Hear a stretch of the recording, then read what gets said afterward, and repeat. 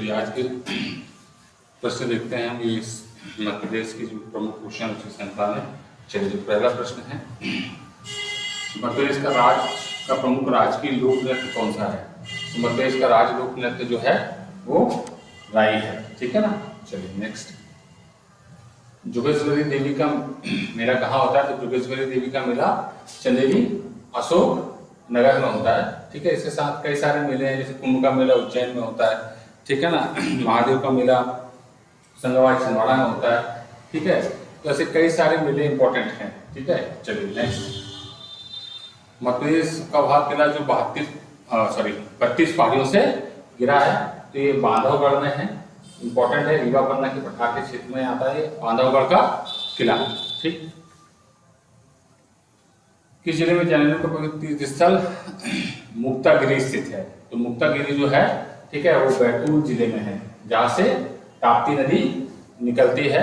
ठीक है। उस बैतूल जिले में ये प्रसिद्ध जैन तीर्थ स्थल स्थित है। ठीक। मध्य प्रदेश की पर्यटन नगरी का गौरव किस जिले को प्राप्त है?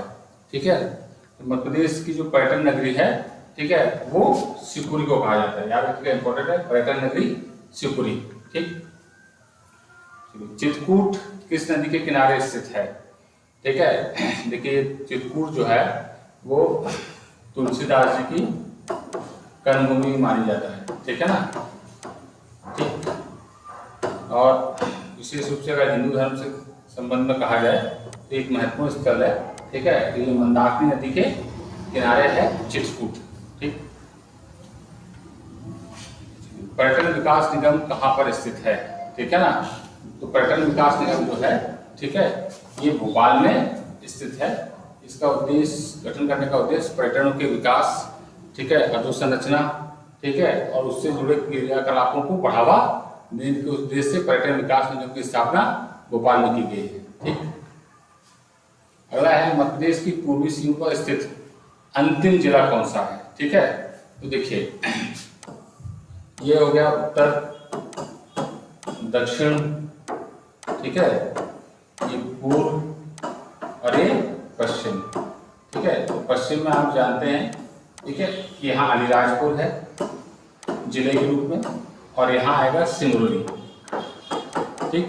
और अलीराजपुर जो है वो 49वां जिला था बनने वाला, और 50वां जिला था, ठीक है, सिंगरौली। तो सिंगरौली जो है वो इसकी पूर्वी सीमा पर स्थित है। ठीक। सिंगरौली। किस संविधान संशोधन के तहत मध्य प्रदेश में पंचायती राज की स्थापना हुई? ठीक। तो न केवल मध्य प्रदेश में, संपूर्ण भारत में 73वां संविधान संशोधन के माध्यम से पंचायती राज की स्थापना हुई है, और इनको संवैधानिक दर्जा प्राप्त हुआ।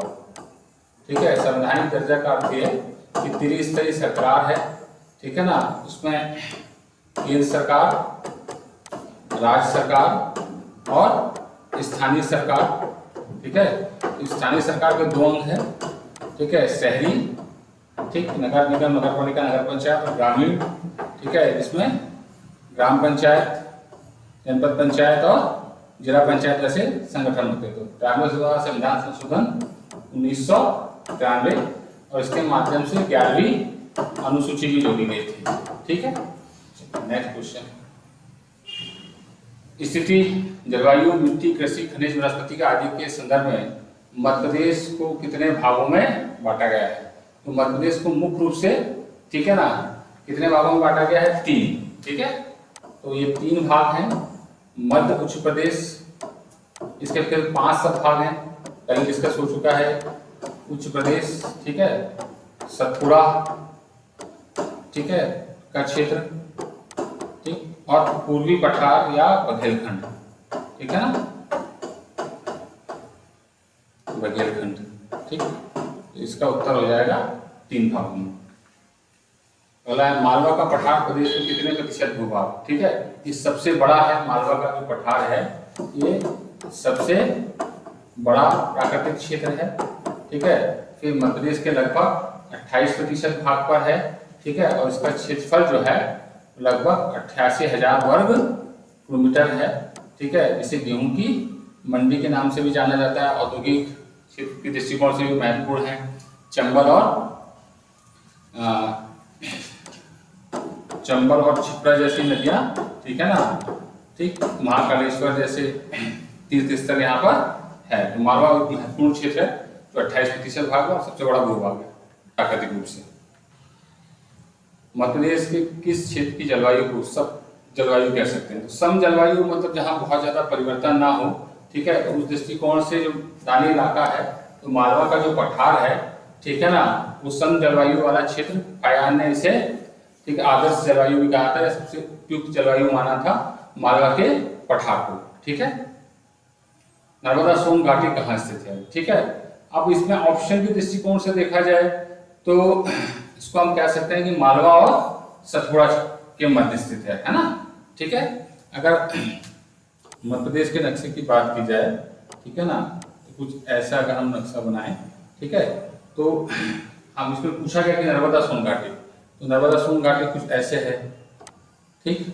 इधर यहाँ जो आ जाता है वो मालवा आ जाता है, यहाँ जो है वो सतपुड़ा है, ठीक है। इसका अगर ऑप्शन बदले तो ये विंध्याचल और सतपुड़ा के बीच में भी कह सकते हैं इसको, नर्मदा सोन घाटी, ठीक है, जो मध्य प्रदेश का दूसरा बड़ा, ठीक है, प्राकृतिक भाग 36% क्षेत्र और लगभग 86,000 वर्ग किलोमीटर में फैला है नर्मदा सोन घाटी, ठीक है। चलिए अगला, मालवा का पठार किस प्रकार की चट्टानों से बना हुआ है? ठीक है, तो मालवा का जो पठार है वो दक्कन ट्रैक्ट की चट्टानों से बना हुआ है और ये काली मिट्टी का क्षेत्र है, ठीक है। और काली मिट्टी के कारण यहाँ सोयाबीन उत्पादन हो, ठीक है, कपास उत्पादन हो, ठीक है, या गेहूं उत्पादन हो, ठीक है, ये प्रमुख कृषि उत्पाद हैं, इस मतलब उत्पादन होता है मालवा के पठार में, ठीक। चलिए, राज्य खनिज निगम या राज्य खनिज विकास निगम की स्थापना कब हुई थी? तो ये 1962 में हुई थी राज्य खनिज निगम की स्थापना, ठीक है। चलिए अगला प्रश्न, कत्था बनाने का कारखाना कहाँ है? ठीक है, तो ये कहाँ कहाँ पर है? शिवपुरी और मुरैना, ठीक है, वान मोर मुरैना, ठीक है, वान मोर और मुरैना एक सा शब्द लग रहा है, वान मोर मुरैना और शिवपुरी में, और एक खैरवाड़ जनजाति के लोग, ठीक है ना, खैरवाड़ जनजाति, ठीक है ना, कत्था उत्पादन से संबंधित है। तो कत्था बनाने का कारखाना शिवपुरी और मुरैना में है। मध्य प्रदेश का प्रथम सीमेंट कारखाना कब स्थापित किया गया था? तो मध्य प्रदेश का प्रथम सीमेंट कारखाना जो है वो 1922 में लगाया गया था, ठीक है। नेक्स्ट, मालवा के पठार के संदर्भ में निम्न पर चर्चा कीजिए। इस प्राकृतिक क्षेत्र का निर्माण दक्कन ट्रैप के लावा और बैसाल्ट चट्टानों से हुआ है। सिंगार इस क्षेत्र की सबसे ऊंची चोटी है। यहाँ खनिज विरल और औद्योगिक बहुल क्षेत्र है। यहाँ वनों की अधिकता एवं सदाबहार वन पाए जाते हैं, ठीक है। अब देखिए, इसमें इस चर्चा कर रहे हैं ना, तो इसमें इसको थोड़ा सा सुधार देते हैं कि कौन सा कथन गलत है या सही नहीं है, ठीक है। थोड़ा सा इनकम्प्लीट प्रश्न है, सही नहीं है, ठीक है। तो सही नहीं है तो देखिए, अगर आप सीक्वेंस से देखें तो ये तीनों जो है उत्तर जो है वो सही है, ठीक।